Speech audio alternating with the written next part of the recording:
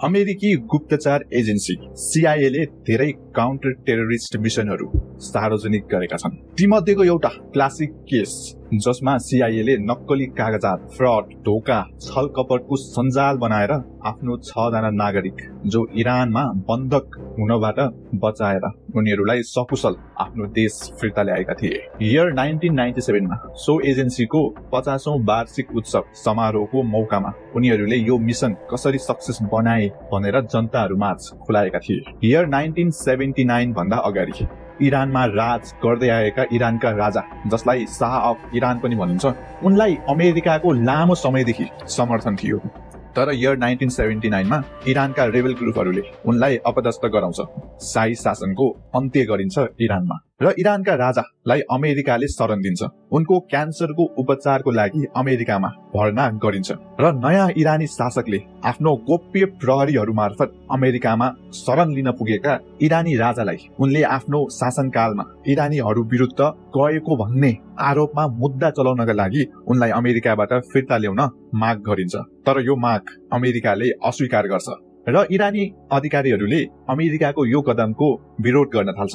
र यसैबीच 4 नोभेम्बर 1979 मा इरानको राजधानी तेहरानमा रहेको अमेरिकी दूतावासमा मिलिटेन्ट इस्लामिक ग्रुपहरूले अमेरिकी दूतावास कब्जा गर्छ र त्यहाँ रहेका 50 भन्दा बढी अमेरिकी कर्मचारीहरूलाई बन्धक बनाउँछ। त्यस दिन पक्राउ पर्नबाट बच्न र बन्धक हुनुबाट बच्नका लागि क्यानेडियन दूतावासका अधिकारीहरूको घरमा शरण लिनका लागि अमेरिकी विदेश विभागका 6 जना कर्मचारीहरू पुग्छन् र क्यानेडियन दूतावासले उनीहरूलाई लुक्नका लागि सहयोग गर्छ। यदि उनीहरूलाई इरानीहरूले समातेर बन्धक बनाएको भए उनीहरूले एकदमै सिरियस इन्टरोगेसनको सामना गर्न पर्थ्यो र उनीहरूबाट अमेरिकन गभर्नमेन्टको धेरै सिक्रेट कुराहरू पनि खुलाउन सक्थे। अमेरिकी सरकारले यो राष्ट्रिय संकटलाई समाधान गर्न धेरै ठूला अपरेसनहरू विकास गर्छ। आफ्नो बन्धक बनाइएका 50 भन्दा बढी नागरिकलाई छुटाउन धेरै कोसिस गर्छ, जसमा अमेरिकी सरकारले इरानमा त्यहाँको मिलिटेन्ट ग्रुपहरूबाट बचेर भागेर क्यानेडियन एम्बेसीमा लुकिराखेका आफ्ना 6 जना विदेश विभागका कूटनीतिज्ञहरूलाई बचाउनलाई प्लानिङहरू गर्न थाल्छ। ती मध्ये अमेरिकी गुप्तचर एजेन्सी CIA को सानो स्पेशल ग्रुप र झुटा कागजात विशेषज्ञहरूको सानो टोलीले त्यो रेस्क्यू अपरेसनमा ठूलो मद्दत पुर्याउँछ, जसमा CIA का टेक्निकल स्पेशलिस्टहरूले अमेरिकन चलचित्र उद्योग हलिउडमा एउटा डमी नक्कली चलचित्र निर्माण कम्पनी सिर्जना गर्छ र आफ्नो एजेन्टहरूलाई एउटा नक्कली भेष र फिल्म प्रोडक्सनको क्रू मेम्बरहरूको नक्कली कागजातहरू प्रदान गर्छ, जसको मद्दतले इरानमा त्यहाँको मिलिटेन्ट ग्रुपहरूबाट बचेर भागेर क्यानेडियन एम्बेसीमा लुकिराखेका आफ्ना 6 जना विदेश विभागका कूटनीतिज्ञहरूलाई भाग्न सफल बनाउँछ।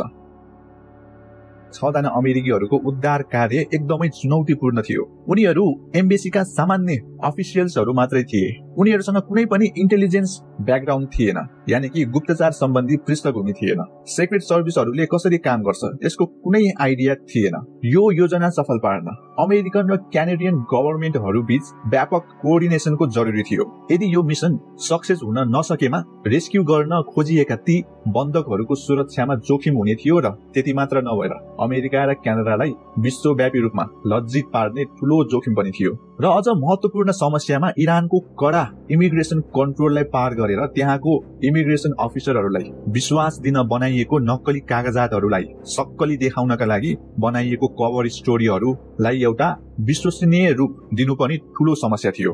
विकल्पहरूको सावधानीपूर्वक विचार गरेपछि छनौट गरिएको यो योजनाले आकार लिन थाल्यो। क्यानाडाको पार्लियामेन्टले 6 जना अमेरिकीहरूलाई क्यानेडियन पासपोर्ट प्रदान गर्न सहमति जनायो र त्यो क्यानेडियन पासपोर्ट इरानमा क्यानेडियन एम्बेसीमा लुकिरहेका 6 जना अमेरिकी विदेश विभागका कर्मचारीहरूको लागि थियो। उनीहरूको कम्प्लिट आइडेन्टिटी लुकाएर एउटा फेक आइडेन्टिटी जसमा अमेरिकन नभएर क्यानेडियन नागरिक रहेको र उनीहरू एउटा हलिउड चलचित्र प्रोडक्सन कम्पनीको क्रू मेम्बरहरू रहेको देखाएर इरानको कडा इमिग्रेसन कन्ट्रोललाई झुक्काएर अमेरिका सुरक्षित ल्याउनको लागि CIA ले एउटा कम्प्लिट प्लानिङ तयार गरेको थियो। CIA को टोलीले एक अनुभवी चलचित्र सल्लाहकारसँग मिलेर एउटा कभर स्टोरी तयार पार्यो, जुन स्टोरी एकदमै फिल्मी टाइपको थियो, जसले गर्दा शंका लाग्ने सम्भावना थिएन।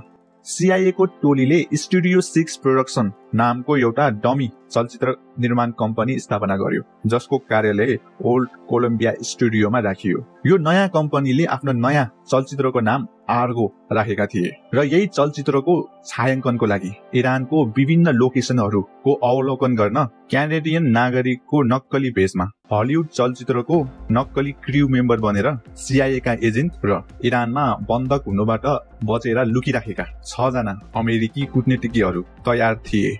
यो आर्गो नामक नक्कली चलचित्रको स्क्रिप्ट इस्लामको ग्लोरिफाई गर्ने र मध्य पूर्वी विज्ञान कथावस्तुसँग मिल्दोजुल्दो थियो।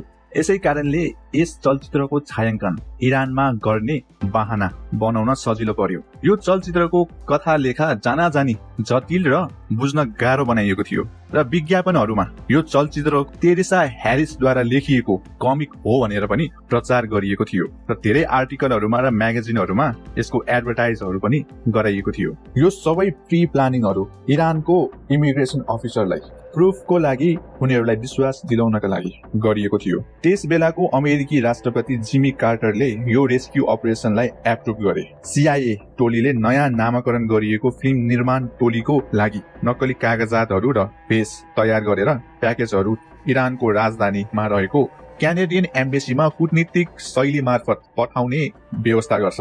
CIA का विशेषज्ञहरू इरानको राजधानी तेहरानमा उक्त चलचित्र छायाङ्कन स्थान खोज्न स्टुडियो 6 प्रोडक्सन टोलीको नक्कली भेषमा आवश्यक यात्रा कागजातहरू सबै पूरा गर्छ र 6 अमेरिकीहरू र उनका क्यानेडियन होस्टहरूसँग फाइनल एरेन्जमेन्ट गर्न इरान जान्छ।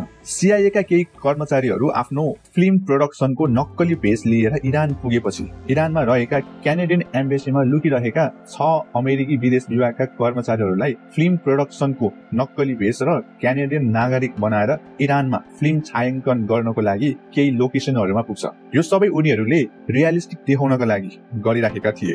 सबै प्लानिङ अनुसारको कामहरू सकाएर अन्तिम समयमा जब उनीहरू इरानको एयरपोर्टबाट डिपोर्ट हुने क्रममा त्यहाँको इमिग्रेसन अफिसरहरूलाई आफ्नो फेक पहिचानलाई रियल देखाएर इमिग्रेसन पार भएर इरानबाट बाहिर निस्किनु थियो। यो काम उनीहरूको प्लानिङको सबैभन्दा महत्त्वपूर्ण थियो, जुन धेरै नै क्रिटिकल र डेन्जरस पनि थियो। यसलाई सफल बनाउन इरानबाट फ्लाइट डिपार्चरको अघिल्लो दिन 6 जना अमेरिकीहरूले CIA ले बनाएको नक्कली फिल्मको कभर स्टोरी र मुभी प्रोडक्सनमा उनीहरूको रोलहरू जस्तै कोही थिए क्यामेरा पर्सन, कोही स्क्रिप्ट राइटर थिए, कोही डाइरेक्टर थिए र कोही प्रोडक्सन म्यानेजर थिए र कोही एक्टर थिए। उनीहरूले आफ्नो भूमिकाहरूको राम्रोसँग रिहर्सल गरे, पूर्व अभ्यास गरे। उनीहरूले आफ्नो लुक्स चेन्ज गरे, फिल्म प्रोडक्सनमा आफूलाई दिएको हरेक क्यारेक्टरहरूको नक्कल गर्न सिके। त्यसको पूर्व अभ्यास एकदमै जरुरी थियो।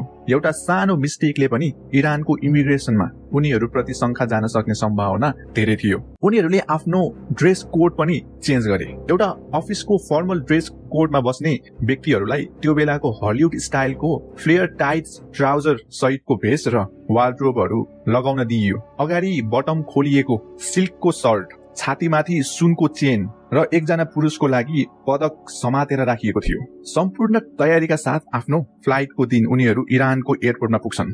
इरानको राजधानी तेहरानको मेहराबाद विमानस्थल हुँदै यात्रा गर्नु सामान्यतः एकदमै अस्तव्यस्त हुन्थ्यो। धेरै यात्रुहरूको ट्राफिकले भरिएको त्यहाँको एयरपोर्टको अत्याधिक निगरानी राख्ने भन्सार र अध्यागमन अधिकारीहरू र चौतर्फी नजर राखिराखेका इरानका क्रान्तिकारी गार्ड्सहरूबाट बचेर त्यहाँबाट निस्किनु सामान्य कुरा भने थिएन। सहज डिपार्चरको लागि उनीहरूले बिहानको फ्लाइट चुज गरे। बिहानको समयमा एयरपोर्टका अधिकारीहरू निन्द्रामा पर्ने थिए, क्रान्तिकारी गार्ड्सहरू ओछ्यानमा हुने थिए र यात्रुहरू कम्ती हुने सम्भावना थियो। यसैको फाइदा उठाएर 6 जना अमेरिकी फिल्म प्रोडक्सन कम्पनीको क्र्यू मेम्बरको नक्कली भेष लिएर र तिनीहरूको CIA स्कॉट जो फिल्म प्रोडक्सन कम्पनीको नक्कली प्रोडक्सन म्यानेजरको भेषमा थिए, उनीहरू बिना कुनै अवरोध त्यो एयरपोर्टको भन्सार र अध्यागमन पार गर्छ।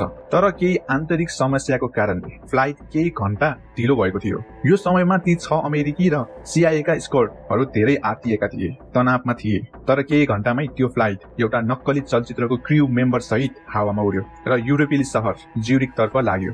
विमानले इरानी हवाई क्षेत्र छोडेपछि मात्रै ती 6 जना अमेरिकी र उनीहरूका CIA स्कॉटले राहतको सास फेरे। यो मिसन सक्सेस हुनुमा क्यानेडियन सरकारको ठूलो भूमिका थियो। यही कारणले फुल पेज न्यूजपेपरको विज्ञापनले उनीहरूको उत्तरमा रहेको छिमेकीलाई अमेरिकाले धन्यवाद व्यक्त गरे।